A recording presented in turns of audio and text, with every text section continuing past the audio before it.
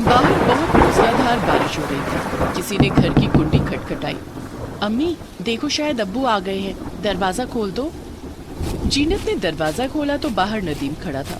वो बारिश में पूरी तरह से भीग चुका था और चीख रहा था, अंदर आइए और जल्दी से कपड़े बदल लीजिए, नहीं तो आपको सर्दी हो जाएगी।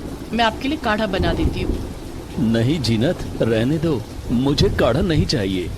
इफ्रा के लिए बनाने जा रही थी तो सोचा कि आपके लिए भी बना दो। ठीक है, बना दो। नदीम और जीनत की 6 साल की बेटी इफ्रा काफी दिनों से बीमार थी। उसे तेज बुखार था।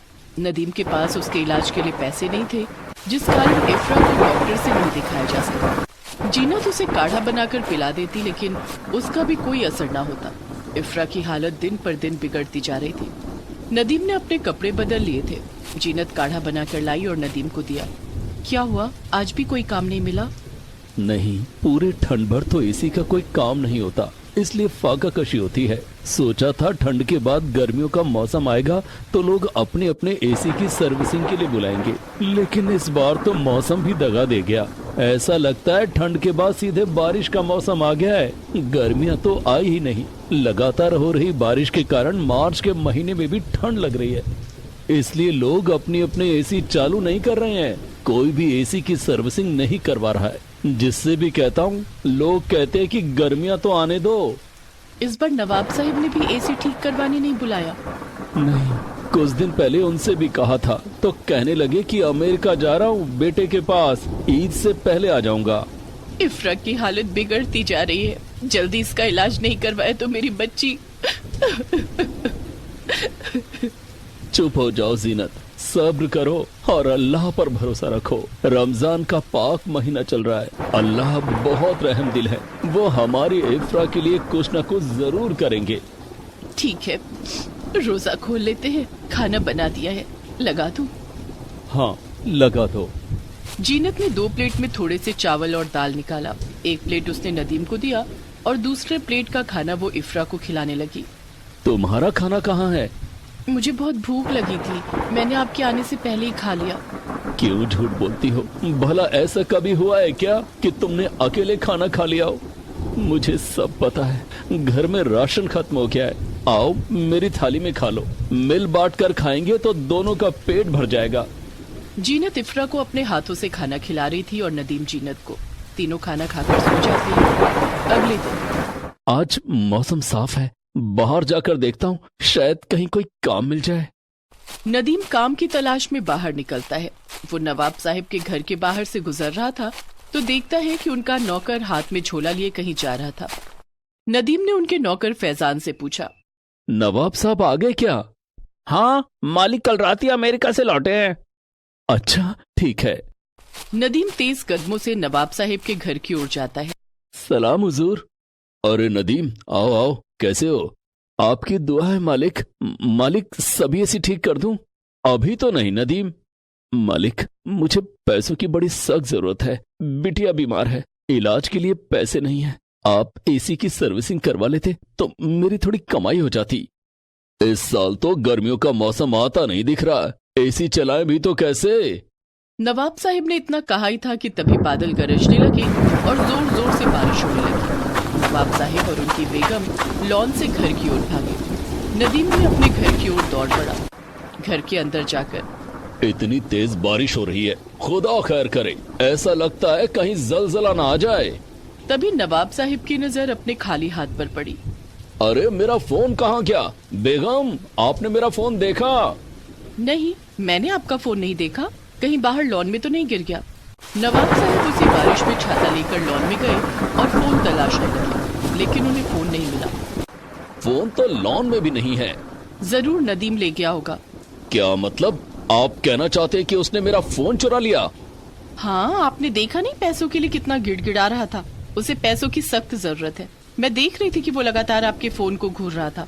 उसी ने आपका फोन चुराया है। लेकिन मेरा दिल कहता है कि उसने फोन नहीं चुराया। ठीक है, भूल जाइए अपने लाखों के फोन को। भूल जाइए कि आप उसे अमेरिका से लाए थे। मैं कहती हूँ एक बार पुलिस में शिकायत तो कीजिए, वो आपका फोन खुद लौटाने आएगा। नवाब साहिब बेगम की बातों में आ गए और थाने में फोन घुमा दिया। बारिश खत्म होते ही थानेदार नवाब साहिब की हवेली पर हाजिर था। नवाब साहिब ने फोन चोरी की शिकायत दर्ज करवाई और आरोप नदीम पर लगा दिया। पुलिस नदीम के घर पहुंची। नदीम कौन है? अरे थानेदार साहब आप? हाँ मैं, चल थाने। लेकिन मैंने क्या किया है? तूने नवाब साहब का इम्पोर्टेड फोन चुराया है। नहीं थानेदार साहब, नवाब साहब को जरूर कोई गलत फहमी हुई है, मैंने चोरी नहीं की। ये सब थाने चलकर कहना। ठीक है, मैं चलने को तैयार हूं, लेकिन मुझे थोड़ी देर की मोहलत दे दीजिए, नमाज पढ़ लूं। ठीक है। नदीम नमाज पढ़ता है और उसके बाद वो थानेदार के साथ थाने चला जाता है। अम्मी, पुलिस क्यों आई थी? अब्बू को कहाँ ले गई है? जीनत ने अपने आंसू पोंछते हुए कहा। तू चिंता मत कर मेरी बच्ची, अब्बू थोड़ी देर में घर आ जाएंगे। जीनत का दिल बहुत घबरा रहा था। बेटी की बिगड़ती हालत और उस पर पति पर चोरी का इल्जाम। या अल्लाह, क्या इतनी मुसीबत कम नहीं थी? पुलिस नदीम को थाने ले जाकर पूछताछ करती है। मैंने कहा ना हुजूर, मैंने कोई चोरी नहीं की है। ये ऐसे नहीं मानेगा, इसकी खातिरदारी करनी ही पड़ेगी। थानेदार नदीम की खूब पिटाई करता है। नदीम रोता गिड़गिड़ाता रहा कि उसने चोरी नहीं की है, लेकिन थानेदार ने उसकी एक न सुनी। इधर नवाब साहिब का नौकर दौड़ा दौड़ा उनके पास आया। अरे फैजान, तू हाफ क्यों रहा है? सब खैरियत तो है? मालिक, आपका फोन। ये तुझे कहाँ मिला? आपके कुर्ते की पॉकेट में था। मैं कुर्ता लॉन्ड्री में देने जा रहा था। जब मैंने पॉकेट चेक की तो मुझे फोन मिला। नवाब साहिब बहुत दुखी हुए कि नाहक ही एक बेकसूर पर चोरी का इल्जाम लगाया। उन्होंने थाने में फोन मिलाया तो हवलदार ने फोन उठाया और बता दिया कि थानेदार साहिब नदीम की धुलाई कर रहे हैं। नवाब साहिब ने उसी समय ड्राइवर को गाड़ी निकालने के लिए कहा। कहाँ जा रहे हैं? अपने गुनाह का प्रायश्चित करने। नवाब साहिब ने ड्राइवर को थाने चलने के लिए कहा। वहां जाकर देखा तो थानेदार अब भी नदीम की पिटाई कर रहा था। नवाब साहिब ने आवाज लगाई। रुक जाइए थानेदार साहब, फोन मिल गया है। नवाब साहिब की आवाज सुनकर थानेदार ने नदीम को छोड़ दिया और लॉकअप से बाहर आया। ये आप क्या कह रहे हैं? उस दिन जब बारिश होने लगी तब मैंने अपना फोन कब अपनी जेब में रख लिया, मुझे याद ही नहीं। अभी ये फोन मेरे नौकर को मिला। नदीम को छोड़ दीजिए। थानेदार नदीम को छोड़ देता है, लेकिन नदीम की हालत बहुत बिगड़ चुकी थी। या खुदा, हो सके तो इस गुनाह के लिए मुझे माफ करना। नवाब साहिब उसी समय नदीम को अपनी गाड़ी में बिठाकर अस्पताल ले जाते हैं और उसका इलाज करवाते हैं। इधर नौकर ने रजिया बेगम को सारी सच्चाई बता दी। सच जानकर बेगम भी बहुत शर्मिंदा हुई। कुछ फल और मिठाइयां लेकर नदीम के घर पहुंच गई तो देखा कि नदीम की बेटी इफ्रा कई दिनों से बीमार है। रजिया बेगम ने इफ्रा को अस्पताल में भर्ती करवाया। नदीम और इफ्रा के इलाज का खर्चा नवाब साहिब ने उठाया। जब तक दोनों ठीक नहीं हो गए तब तक उसके घर का खर्चा भी उठाया। इतने दिनों में रमजान का महीना खत्म हो चुका था और दूसरे दिन ईद का त्योहार था। नदीम और इफ्रा दोनों ठीक हो चुके थे। नवाब साहिब ने फैजान को नदीम के घर भेजा। क्या बात है फैजान? मालिक ने कहा है कि सभी कमरों की एसी की सर्विसिंग करनी है आज ही। ठीक है, चलो चलता हूँ। नदीम उसी वक्त नवाब साहिब के घर पहुंचा और सभी 11 कमरों के एसी की सर्विसिंग की, जिसके बदले में नवाब साहिब ने उसे अच्छी खासी रकम दी। उन पैसों से नदीम और उसके घर वालों ने बड़ी खुशियों के साथ ईद का त्योहार मनाया। ईद पर चांद की चोरी। ईद आने वाली थी और सभी लोग चांद के निकलने का इंतजार कर रहे थे, लेकिन काफी इंतजार के बाद भी जब चांद नहीं निकला तो सभी उदास हो गए। किसी को नहीं पता था कि चांद कहाँ है। आखिर चांद के साथ क्या हुआ, ये जानने के लिए देखते हैं ईद पर चांद की चोरी। ईद का त्योहार नजदीक था। पूरे चांद नगर में रौनक थी। सेवइयों, मावों और खाने पीने की चीजों से बाजार भरे पड़े थे। औरतें, बच्चे सब खरीदारी कर रहे थे। भैया, वो हरी वाली चूड़ी दिखाना। ये लो बहन जी। औरत चूड़ी पहनकर देखती है। उसके साथ उसकी छोटी सी बेटी भी है। अम्मी, ये चूड़ी आपके शरारा सेट के साथ बहुत जचेगी, ये आप ले लो। और मेरे लिए वो गोल्डन कलर वाली चूड़ी ले लो। हाँ श्री, मैं ये हरी वाली और तेरे लिए लाल वाली दोनों चूड़ियां ले लेती हूँ। चारों तरफ खुशियां ही खुशियां थी। लोग ईद के जश्न की तैयारियों में जुटे हुए थे, लेकिन हर बार की तरह इस बार भी नवाब साहब की हवेली में मातम छाया हुआ था। नवाब साहब को पैसों की कोई कमी नहीं थी। चांदनगर में रहने वाले सभी लोग अपनी जरूरतों पर नवाब साहब से ही मदद मांगने आया करते। लेकिन नवाब साहब और उनकी बेगम नगमा को एक ही बात का दुख था। उनका इकलौता बेटा हैदर जन्म से ही एक मंदबुद्धि बच्चा था। शुरू शुरू में तो किसी को कुछ समझ नहीं आया, लेकिन जैसे जैसे हैदर बड़ा होने लगा उसकी हरकतें सामान्य बच्चों से बहुत अलग होने लगी। नवाब साहब ने बड़े बड़े अस्पतालों के चक्कर लगाए और बड़े बड़े डॉक्टरों से इलाज करवाया, लेकिन कोई फायदा नहीं हुआ। हैदर का मानसिक संतुलन धीरे धीरे और बिगड़ता जा रहा था। अब हैदर 5 साल का हो चुका था। बेगम, अपने इकलौते बेटे की यह हालत अब मुझसे देखी नहीं जाती। मेरा भी यही हाल है। जब भी मैं उसे देखती हूँ मेरा कलेजा फट जाता है। न जाने हमारे बाद उसका क्या होगा। अल्लाह ने हमारे साथ इतना बड़ा अन्याय क्यों किया।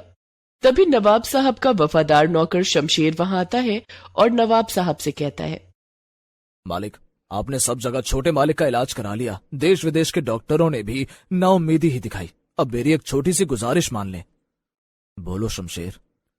शहर के बाहर जंगलों में एक बहुत पहुंचे हुए फकीर आए हैं और वहीं अपनी झोपड़ी बनाकर रह रहे हैं। सुना है वो बड़ी से बड़ी बीमारी भी ठीक कर देते हैं। अब छोटे मालिक को लेकर वहां चलिए। अल्लाह ने चाहा तो इस बार आपकी ईद भी रोशन हो जाएगी। मुझसे आपकी और मालकिन की मायूसी देखी नहीं जाती। नहीं शमशेर, जब बड़े बड़े डॉक्टर कुछ नहीं कर पाए तो एक फकीर क्या करेगा। वैसे भी मैं इन सब में विश्वास नहीं करता।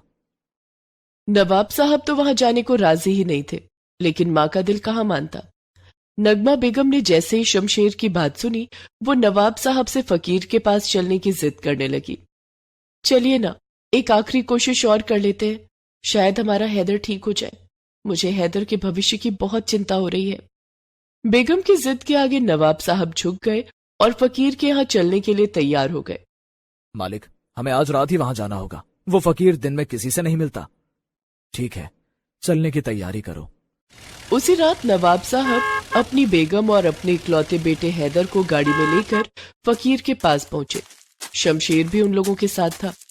जब चारों फकीर की झोपड़ी में पहुंचे तो उन्हें देखते ही फकीर ने कहा, टोटका किया है। किसी रिश्तेदार ने टोटका किया है। बच्चे की जान को खतरा है। नवाब साहब की बेगम दौड़कर फकीर के पैरों पर गिर गई और रोते हुए बोली, किसने टोटका किया है? आप जल्दी उसका नाम बताइए। नाम जानकर अब कुछ नहीं हो सकता। जल्दी बच्चे का इलाज करना होगा, नहीं तो इसकी जान भी जा सकती है। तो आप इलाज शुरू कीजिए बाबा, हम आपको पैसों में तौल देंगे। इसका इलाज साधारण नहीं है। इसे चांद का चूर्ण खिलाना होगा। चांद का चूर्ण? हाँ, चांद का चूर्ण। लेकिन चांद का चूर्ण कैसे मिलेगा बाबा? चांद तो आसमान में है। चांद की चोरी करनी होगी। चांद की चोरी की बात सुनकर सब हैरान रह गए। अब नवाब साहब से चुप नहीं रहा गया। लेकिन चांद की चोरी कैसे होगी? और चांद की चोरी करेगा कौन? मैं करूंगा चांद की चोरी, लेकिन इसके लिए मुझे आपकी आधी जायदाद चाहिए। आधी जायदाद? हाँ हाँ बाबा, आधी क्या, हम आपको अपनी पूरी जायदाद दे देंगे। आप बस हमारे बच्चे को ठीक कर दीजिए। ये क्या कह रही हो बेगम? हमारे लिए हैदर से बढ़कर कुछ भी नहीं है, आप मान जाइए। बाबा ने आधी जायदाद ही तो मांगी है। बेगम के आगे नवाब साहब कुछ नहीं बोल पाए। बाबा, आप चांद की चोरी करेंगे कैसे? ईद से ठीक एक दिन पहले चांद की चोरी होगी और ईद वाले दिन बच्चे को चांद का चूर्ण खिलाना होगा, तभी बच्चा ठीक हो पाएगा। बाबा, 2 दिन बाद ही ईद है। मैं कल रात चांद की चोरी करूंगा, लेकिन उससे पहले 10 लाख रुपए मेरी झोपड़ी में पहुंचा देना। चांद तक पहुंचने के लिए सीढ़ी बनानी होगी, उसमें काफी खर्चा आएगा क्योंकि चांद बहुत दूर है। ठीक है बाबा, हम अभी आपके पास 10 लाख रुपए भिजवा देंगे। नवाब साहब को फकीर कुछ ठीक नहीं लग रहा था, लेकिन इकलौते बेटे के ठीक होने के लालच में शायद उनकी अक्ल पर भी पर्दा पड़ गया था। चारों घर आ गए और नवाब साहब ने नौकर शमशीर के हाथों फकीर के पास 10 लाख रुपए भिजवा दिए। दूसरे दिन उस फकीर ने एक कागज पर चांद की तस्वीर बनाई और उसे सामने रखकर जादू टोना करता रहा। रात हो गई, चांद भी निकल आया। सारे लोग खा पीकर सो गए। तभी वो फकीर अपनी झोपड़ी से बाहर निकला और आसमान में चांद की ओर देखकर कुछ बुदबुदाने लगा, और तभी अचानक चांद बहुत छोटा होता गया। धीरे धीरे चांद सिकुड़कर एक बिंदी के जैसा छोटा हो गया और आसमान से गायब हो गया। उसके बाद जब वो फकीर अपनी झोपड़ी के अंदर आया तो उसने देखा कि जिस कागज के टुकड़े पर उसने चांद की तस्वीर बनाई थी, असली चांद भी उसी तस्वीर पर रखा हुआ था। फकीर ने असली चांद को झट से कागज की पुड़िया में बांध लिया और हंसते हुए बोला, मैंने चांद की चोरी कर ली, अब इसका चून बनाऊंगा। उस रात फकीर सो गया। अगली सुबह वो कागज की पुड़िया में चांद लेकर नवाब साहब के घर पहुंचा।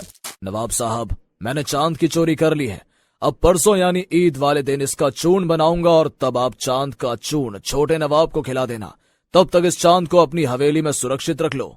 फकीर की बात सुनकर नवाब साहब की बेगम ये सोचकर बहुत खुश हो जाती है कि अब उनका इकलौता बेटा हैदर ठीक हो जाएगा। नगमा बेगम फकीर के हाथ से चांद लेते हुए कहती है, हाँ हाँ बाबा, हम इस चांद को छिपा कर रख लेंगे और परसों इसे लेकर आपके पास आ जाएंगे। ठीक है। फकीर वहां से चला जाता है और नवाब साहब की बेगम नगमा चांद को छिपा कर रख देती है। उस रात सारा शहर ईद का चांद देखने का इंतजार कर रहा था, लेकिन चांद तो दिखाई ही नहीं दिया। अरे सुलेमान भाई, आज ईद का चांद नहीं दिखाई दे रहा। कल हम ईद का त्योहार कैसे मनाएंगे? मैं भी वही देख रहा हूँ भाईजान, जाने चांद कहाँ छिप गया। आसमान में बादल भी नहीं है। सभी घरों में औरतें बच्चे टकटकी लगाए आसमान की तरफ निहारते रहे कि चांद दिख जाए। चांद कहीं नजर नहीं आ रहा। लग रहा है अल्लाह ताला हमसे नाराज है, इसीलिए चांद को हमसे छिपाकर कहीं दूर भेज दिया है। ना जाने ईद कैसे मनेगी। सभी लोग रात भर जागकर चांद का इंतजार करते रहे, लेकिन चांद नहीं निकला। निकलता भी कैसे? चांद तो चोरी हो चुका था। दूसरे दिन छोटे नवाब यानी हैदर ने अपनी माँ को चांद छिपाकर रखते हुए देख लिया था। हैदर ने उस कागज की पुड़िया को खोलकर उसमें से चांद निकाल लिया। चांद में से आ रही तेज रोशनी हैदर को बहुत अच्छी लग रही थी। वो छोटे से चांद को लेकर घर के तहखाने में चला गया और कोई खिलौना समझकर उससे खेलने लगा। थोड़ी देर के बाद नवाब साहब की बेगम हैदर को ढूंढने लगी। हैदर, हैदर, अरे शमशेर, तुमने हैदर को देखा? हैदर कहीं नहीं मिल रहा और वो चांद भी अपनी जगह से गायब है। आज चांद और हैदर को लेकर फकीर बाबा के यहाँ जाना है। मालकिन, मैंने छोटे नवाब को कहीं नहीं देखा। इतने में नवाब साहब भी वहां आ गए। अरे बेगम, तुम अभी तक तैयार नहीं हुई और हैदर कहाँ है? फकीर बाबा के यहाँ नहीं चलना क्या? न तो हैदर कहीं दिखाई दे रहा है और न चांद। क्या गजब हो गया। दोनों को ढूंढो। पूरे घर में हैदर और चांद की तलाश होने लगी। हैदर की तलाश करते करते नगमा बेगम तहखाने के पास से गुजरने लगी तो उन्हें तहखाने से तेज रोशनी आती दिखाई दी। ये रोशनी कहाँ से आ रही है? ये तो तहखाने से आ रही है। नगमा बेगम तहखाने में गई तो उन्होंने देखा कि हैदर चांद के साथ खेल रहा है। उन्होंने फौरन हैदर को अपनी गोद में उठा लिया और चांद को अपने हाथों में ले लिया। नगमा बेगम चांद और हैदर को लेकर तहखाने से बाहर आने लगी। इतनी देर में हैदर माँ के हाथों से चांद छीनने की कोशिश करने लगा। छीना झपटी में नगमा बेगम के हाथ से छूटकर चांद जमीन पर गिर गया। तब तक नगमा बेगम तहखाने से बाहर आंगन में आ चुकी थी। फिर क्या था, चांद फौरन आसमान की तरफ चला गया और बड़ा होकर अपनी जगह पर जाकर टिक गया। ये देखकर नगमा बेगम बहुत दुखी हो गई। तभी वहां नवाब साहब और शमशेर भी आ गए। चांद तो वापस आसमान में चला गया, हमारा हैदर अब कभी ठीक नहीं हो पाएगा। तभी पीछे से एक आवाज आई। हैदर जरूर ठीक होगा। वो आवाज नवाब साहब के छोटे भाई इरफान की थी, जो अमेरिका में रहते थे और ईद मनाने के लिए घर आए थे। अरे इरफान, तुम? हाँ भाईजान, मैं हैदर को अपने साथ अमेरिका ले जाऊंगा और वहाँ उसका इलाज करवाऊंगा। अल्लाह ने चाहा तो हमारा हैदर जरूर ठीक हो जाएगा। चांद के आसमान में आ जाने से चांद नगर के निवासी बहुत खुश थे, लेकिन फकीर बहुत हैरान हुआ। ये चांद आसमान में कैसे दिख रहा है? अगर इसकी रोशनी मुझ पर पड़ गई तो बड़ी मुसीबत हो जाएगी। खुद की चोरी किए जाने के कारण चांद बहुत गुस्से में था और चांद से निकलने वाली रोशनी आखिर फकीर पर पड़ी गई। फकीर धड़ाम से जमीन पर गिर गया और छटपटाने लगा। दरअसल उसे लकवा मार गया था। उसे उसके किए की सजा मिल गई थी। इधर चांद नगर में सबने चांद देखकर खुशी खुशी ईद का त्योहार मनाया। हैदर के ठीक होने की उम्मीद में नवाब साहब के घर भी ईद मनाई गई। ईद के बाद सभी लोग हैदर को लेकर अमेरिका चले गए, जहां इलाज के बाद हैदर पूरी तरह से ठीक हो गया और नवाब साहब की आधी प्रॉपर्टी भी बच गई। जैसे नवाब साहब की ईद रोशन हुई, वैसे ही आप सभी के लिए ईद का त्योहार ढेर सारी खुशियां लेकर आए। ईद मुबारक।